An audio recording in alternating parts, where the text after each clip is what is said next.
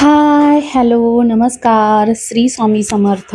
मी ज्योत्स्ना तुमचं आजच्या या नवीन व्लॉगमध्ये मनापासून स्वागत करते. तर आज आहे मार्गशीर्षचा गुरुवार आहे. दुसरा गुरुवार आहे, पण माझा हा पहिलाच म्हणू शकता, कारण मागच्या गुरुवारी पूजा झाली नव्हती. त्यामुळे माझा हा पहिलाच गुरुवार आहे. मार्गशीर्ष महिन्यातला हा दुसरा गुरुवार आहे. तर रांगोळी काढली होती, छान अशी रांगोळी काढली होती बाहेर. दाराची वगैरे पूजा झाली होती, तुळशीला पण दिवा वगैरे, तुळशीची पण पूजा माझी करून झालेली होती. आणि दारामध्ये उंबरठ्यावर हळदीचं लेपन पण केलं होतं. कारण आज सगळं एकत्र झालंय. म्हणजे आज दत्त जयंती आहे, पौर्णिमा आहे, गुरुवार आहे आणि मार्गशीर्ष महिन्याचाच गुरुवार आहे. त्यामुळे सगळं एकत्र होतं. तर मग आज छान असं हळदीचं लेपन वगैरे केलं होतं दाराजवळ. आणि त्यानंतर रांगोळी काढली. सकाळी सकाळी छान दिवा वगैरे लावला, तुळशीची पूजा झाली आणि त्यानंतर बाहेरचं सगळं झाल्यानंतर देवांची पूजा वगैरे केली. देवांची पूजा करून झाल्यानंतर टिळा वगैरे लावत होते इथे. आणि हा जो गुरुवार आहे ना, म्हणजे आता बरेच लेट होतंय. आज गुरुवारच आहे खरं तर बघायला गेलं तर. जेव्हा मी हा व्हिडिओ अपलोड करते तो मागच्या गुरुवारचा आहे आणि आज पण गुरुवारच आहे. पण लग्नाचे जे व्हिडिओ होते ना, त्यामुळे हे जे व्हिडिओ आहेत, हे जे ब्लॉग आहेत, ते खूप लेट असे येत आहेत. त्यामुळे हा मागचा गुरुवारचा दत्त जयंतीचाच व्लॉग आहे. तर दत्त जयंती पण होती आज आणि मार्गशीर्ष महिन्याचा गुरुवार पण होता. तर पूजा करायची होती आणि पाठ पण मांडायचा होता, म्हणजे पूजा पण करायची होती लक्ष्मीची, महालक्ष्मीचं. तर त्यामुळे पटकन पूजा वगैरे करून घेतलं, बाकीची पूजा वगैरे केली. तर त्यानंतर मग इथे सगळं सामान जो होता पाठ मांडण्यासाठीचा तो काढून घेत होती मी. काय काय लागणार आहे तो सामान. खरं तर मी बाकीचं जे आहे पूजा वगैरे म्हणा, पानं, फुलं वगैरे ते आणलेले नव्हते, तेही मला आणायला जायचे होते. आणि मागच्या गुरुवारी पूजा वगैरे झाली नव्हती, त्यामुळे बाकीचा सामान जो होता तो काही काढलेला नव्हता. मुखवटा म्हणा, बाकी दागिने वगैरे म्हणा. तर मी हे जे देवीचं सामान आहे ना, दरवर्षी जे वापरते ते असं सांभाळून एका डब्यामध्ये माझं ठेवलेलं असतं.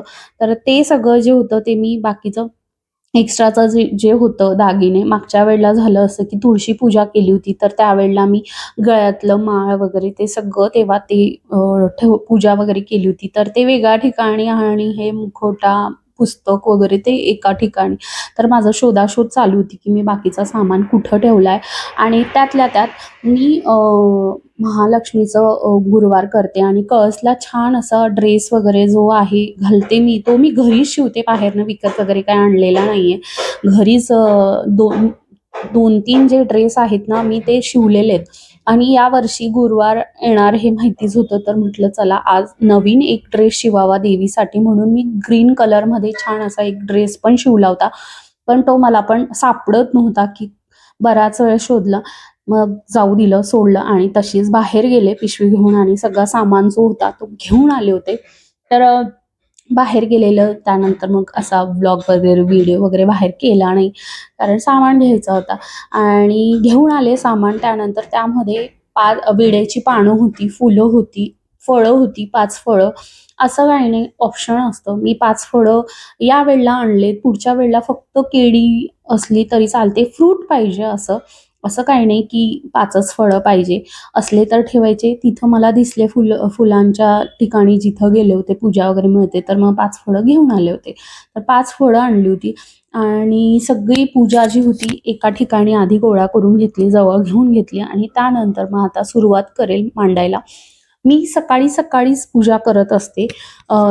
खरं तर ना, आधीपासून लहानपणापासून ना, म्हणजे आई करायची तर मी बघितलंय. तर संध्याकाळी पाठ मांडला जायचा. संध्याकाळी जेव्हा सूर्य मावळतो त्यावेळेला पाठ मांडलं जातं, पूजा केली जाते, पोथी वाचली जाते, पुस्तक वाचलं जातं देवीचं. तर असं असतं. पण मी सकाळीच करते. जेव्हा देवाची पूजा वगैरे झाली की त्यानंतर लगेच मांडते. कारण दिवसभर जे पाठ मांडलेला असतो, देवीचं स्वरूप जे असतं ना, ते दिवसभर घरामध्ये असतं आणि त्यामुळे ना खूप छान वाटतं. संध्याकाळी मांडलं की सकाळी ते लगेच उचलून घ्यायचं असतं, मग त्यामुळे असं जाणवत नाही. त्यामुळे मग मी सकाळीच पूजा वगैरे करून घेते. शक्यतो जमलं तर पुस्तक जे असतं ना, संध्याकाळी वाचत असते. पण सकाळीच जमलं तर मग सकाळी पण करून घेते, असं काही नाही. सकाळी सकाळी पूजा जर केली ना तर छान दिवसभर ते असलं पूजा वगैरे घरामध्ये असते आणि छान वाटतं. मग संध्याकाळी नैवेद्य तेवढा द्यायचा, आरती संध्याकाळी करायची. मग असं छान वाटतं घरामध्ये. तर इथे मी सगळं साहित्य आधी जमा करून घेतलं होतं जवळ आणि त्यानंतर मी इथे स्वस्तिक काढत होते.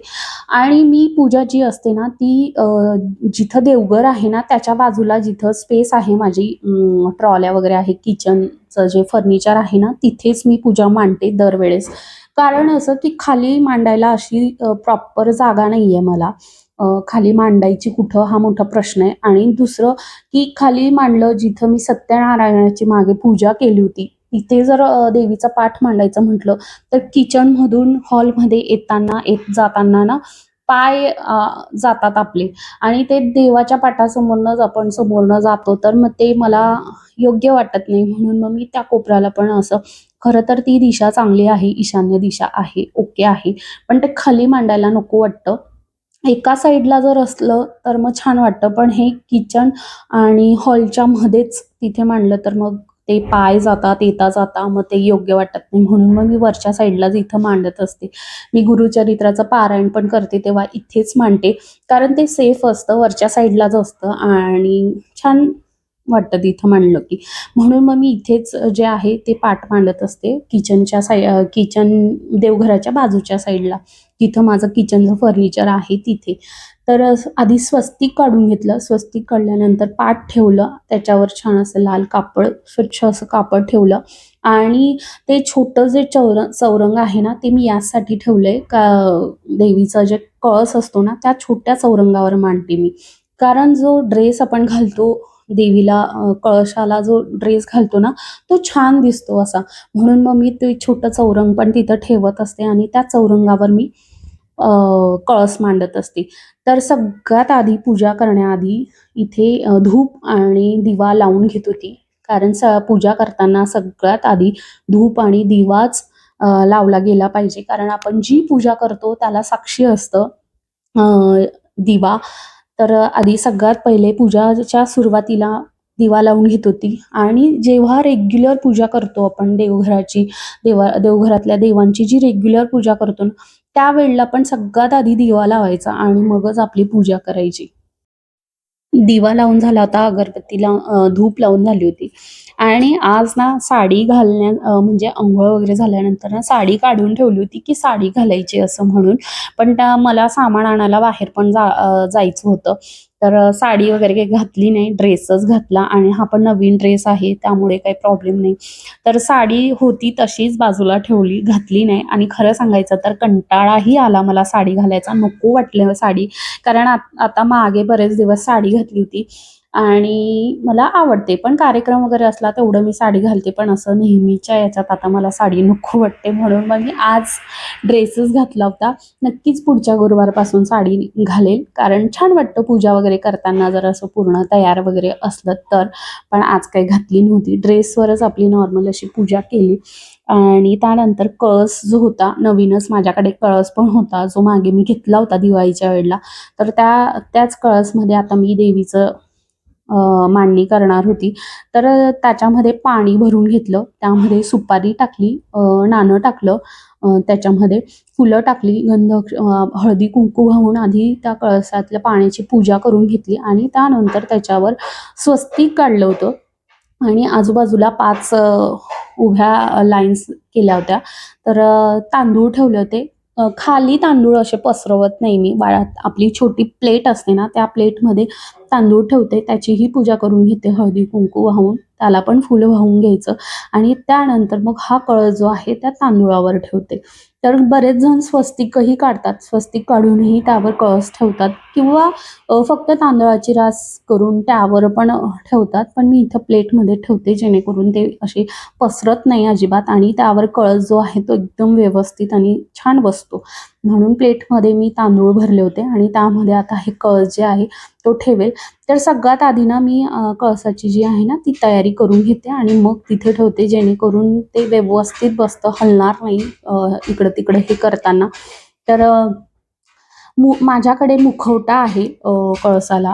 पहिले सुरुवातीला मी जेव्हा पूजा करायची तर त्यावेळेला ना मुखवटा वगैरे काही नसायचा, आपलं नॉर्मल असायचं. पण आता बरंच जे आहे ना ते सजवलं जातात. छान छान मुखवटे नवीन नवीन आता बाजारात आले आहेत, पण मला ना असे मिळाले नाही. कारण मी गावाला गेले होते आणि तिकडनं आल्यावर असं मला वेळच मिळाला नाही कुठे जाऊन ते आणायला, आणि जिथं मी गेले होते तिथं असे पाहिजे तसे मुखवटे मला नव्हते मिळाले. हा माझा मागच्या वर्षाचाच आहे मुखवटा, तर तोच लावला होता मी. आणि आता पहिल्यांदा हा लावलाय म्हटल्यावर मी पुढचे गुरुवार जे आहे तो हाच मुखवटा लावेल. पण नक्कीच पुढच्या वर्षापासून ना नवीन असे छान जे मुखवटे येतात, आता महालक्ष्मी स्वरूपात पण छान मुखवटे मिळतात, तर तो घेईल. तर जो ड्रेस मी महालक्ष्मीसाठी आपल्या कळसासाठी शिवलेला होता ग्रीन कलरचा छान, आणि त्याला ओढणी पण मी त्याच याची तयार केलेली होती. तर मी बरं शोधलं पण मला ते सापडलंच नाही की मी कुठं ठेवलं, माझ्या ते लक्षातही येत नव्हतं. आणि मी छान त्याला लेस वगैरे लावून तयार केलं होतं असो, पण ते सापडत नव्हतं. म्हणून नाईलाज होता माझा की जो माझा आधीचेच जे 2-4 ड्रेस आहेत त्यातलाच मग मी एक आता देवीला घातला.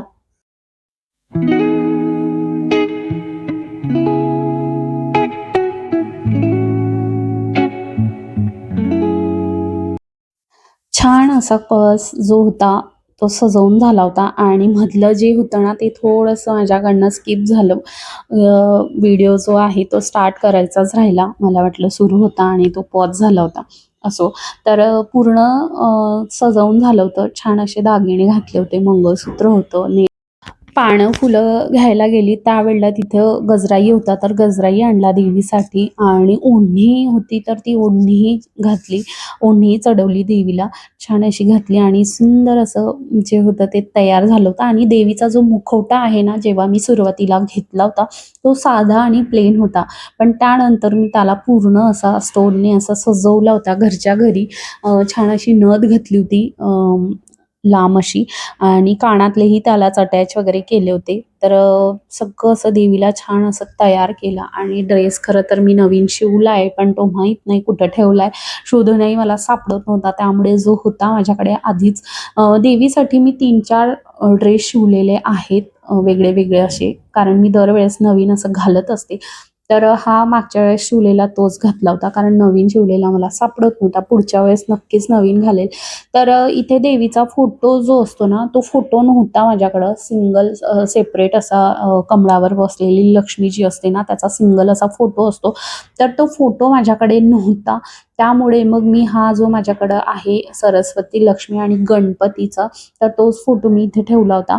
खरं तर फोटो नसता ठेवला तरी चाललं असतं, कारण माझ्याकडे महालक्ष्मीची मूर्ती पण आहे. तर तीही पूजा करताना मी ठेवणारच आहे.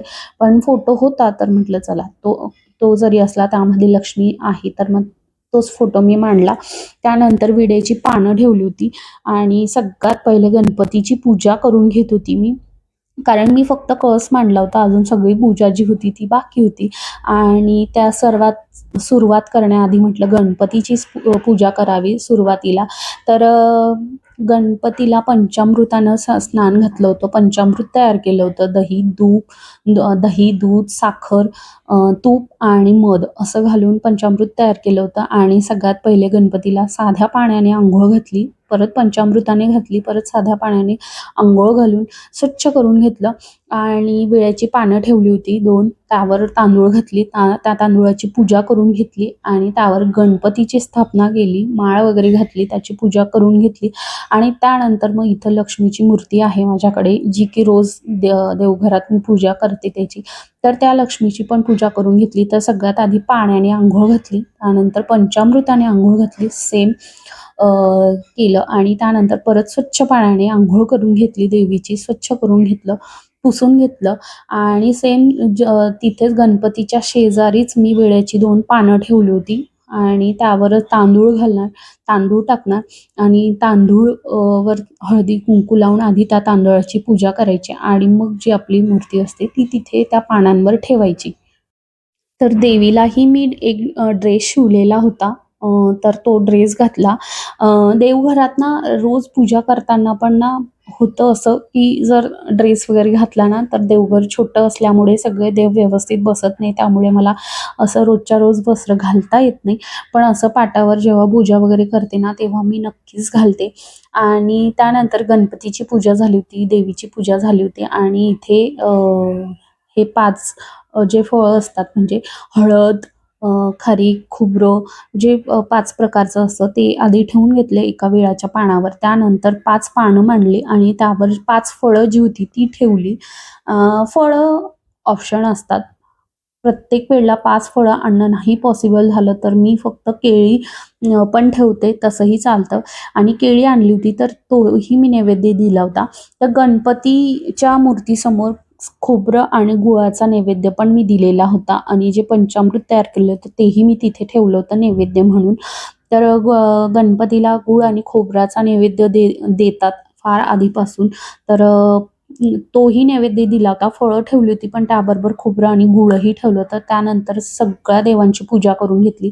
म्हणजे गणपतीच्या आणि लक्ष्मीची झालीच होती. परत फळांनाही फुलं वाहून घेतली. जे कळस मांडला होता त्याची पूजा करून घेतली. फोटोची पूजा करून घेतली आणि रांगोळी जी होती, तुम्ही मागच्या व्हिडिओमध्ये बघितलंच असाल, की मी यूज एंड थ्रो रांगोळी बनवल्या आहेत पुष्कळ. तर त्या पाटाभोवतीच्याही रांगोळ्या मी बनवलेल्या होत्या. तर त्याही रेडीमेड रांगोळी ठेवली होती. खरं सांगायचं तर त्या रांगोळ्या मला फार युजफुल होत आहेत. खूप छान असतात. कारण याच ठिकाणी जर आपण हाताने रांगोळी काढली असती पाटाभोवती, तर ते हे सगळं पूजा करताना ना ती हमखास पुसलीच जाते. ताट ठेवला म्हणा किंवा धक्का लागला म्हणा, तर ती रांगोळी पूर्ण पुसली जाते. आणि ही रांगोळी अशी की त्यावर आपण काहीही ठेवा, अजिबात काहीही होत नाही, हालत नाही, काही नाही, व्यवस्थित बसते. तर पाटाभोवती तयार केलेल्या ज्या रांगोळ्या होत्या त्या ठेवल्या. खूप छान वाटत होतं. आणि डिझाईन असल्यामुळे तर अजून छान वाटतं. त्यानंतर एका साईडला मी ओटी भरून घेतली होती. ब्लाउज पीस ठेवलं होतं, त्यामध्ये तांदूळ ठेवले होते, खोबरं वगैरे टाकलं होतं आणि अशी देवीची जी होती ती ओटी भरून घेतली. पुस्तक पण ठेवलं होतं मी देवीसमोर पूजेला. तर त्यानंतर सगळं पूजा वगैरे छान झाली आणि सगळ्यात पहिले आता मी पुस्तक जे आहे त्यातलं कहाणी जी आहे देवीची ती वाचून घेणार. सगळं क्लीन करून घेतलं आणि वाचून मग आरती वगैरे करणार. तर देवीचं बघू शकता खूप छान अशी दिसत होतं मांडणी केल्यावर आणि घरामध्ये जेव्हा असं काहीतरी असतं ना छान वाटतं आणि तसंच देवीचंही होतं. तर देवीला मी हे सगळं सजवून घेतलेलं आहे. नाकात जे तयार केले ते मी घरीच तयार केलेलं होतं आणि इथे पंचाआरती पण तयार करून घेतली आहे. त्यात तुपाचेच दिवे लावलेले आहेत. पण सगळ्यात आधी मी कहाणी वाचून घेणार, पूजा करून घेणार आणि त्यानंतर मग आरती वगैरे करणार.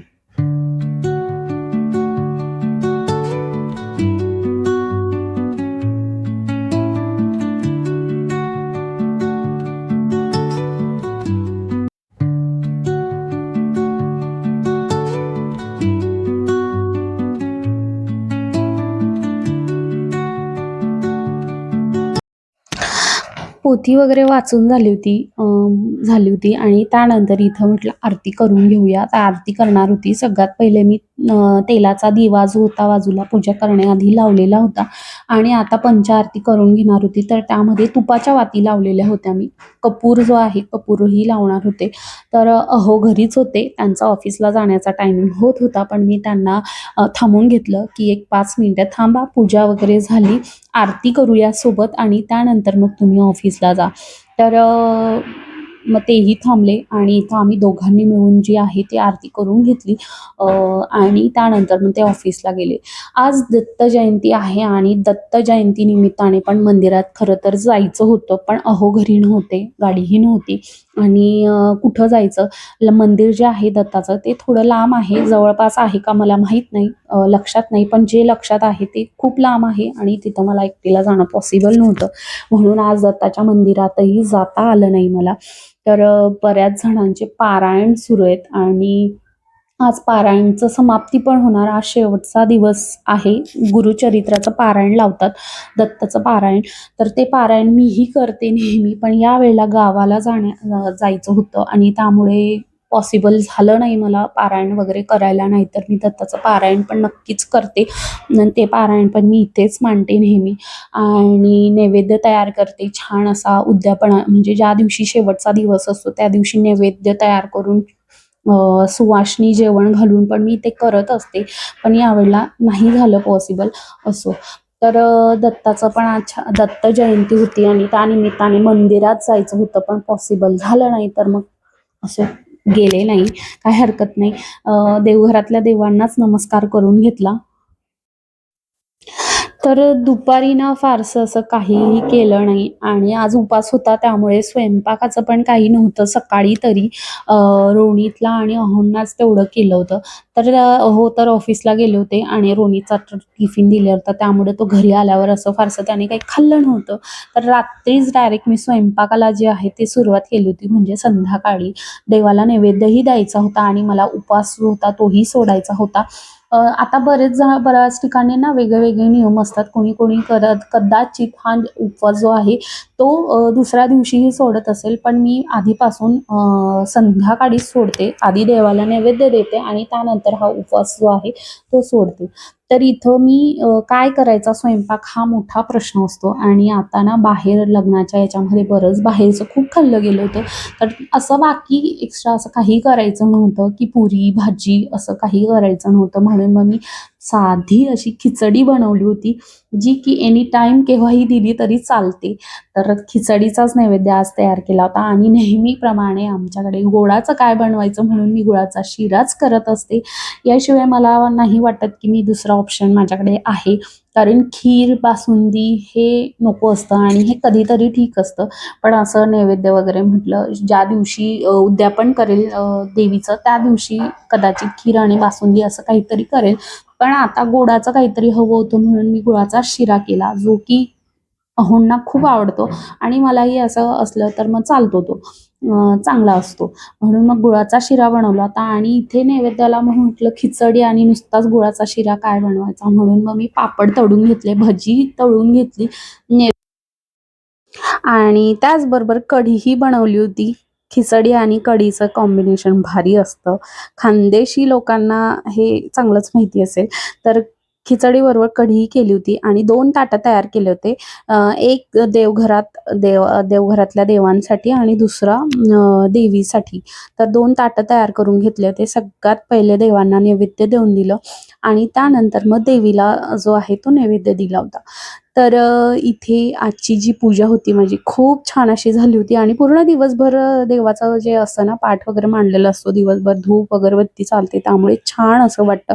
तर म्हणूनच सकाळीच मी पूजा करून घेत असते, जेणेकरून संध्याकाळी घाई गडबड होत नाही. व्यवस्थित सकाळीच पूजा झाली की मग संध्याकाळी फक्त नैवेद्याचं तेवढं राहतं. तर असो, माझा आजचा व्लॉग तुम्हाला कसा वाटला नक्की कमेंट करून सांगा. जे कोणी नवीन असेल त्यांनी लाईक, शेअर, सबस्क्राईब करायला विसरू नका. माझे व्हिडिओ तुम्हाला कसे वाटतात हेही तुम्ही नक्कीच सांगा. तर चला आजचा व्लॉग जो आहे तो इथेच संपवते. इथल्या देवांना तर नैवेद्य देऊन झालेला आहे. आता देवीलाही नैवेद्य देऊन देते आणि आजचा व्लॉग जो आहे तो इथेच संपवते. कसा वाटला नक्की कमेंट करून सांगा. बाय.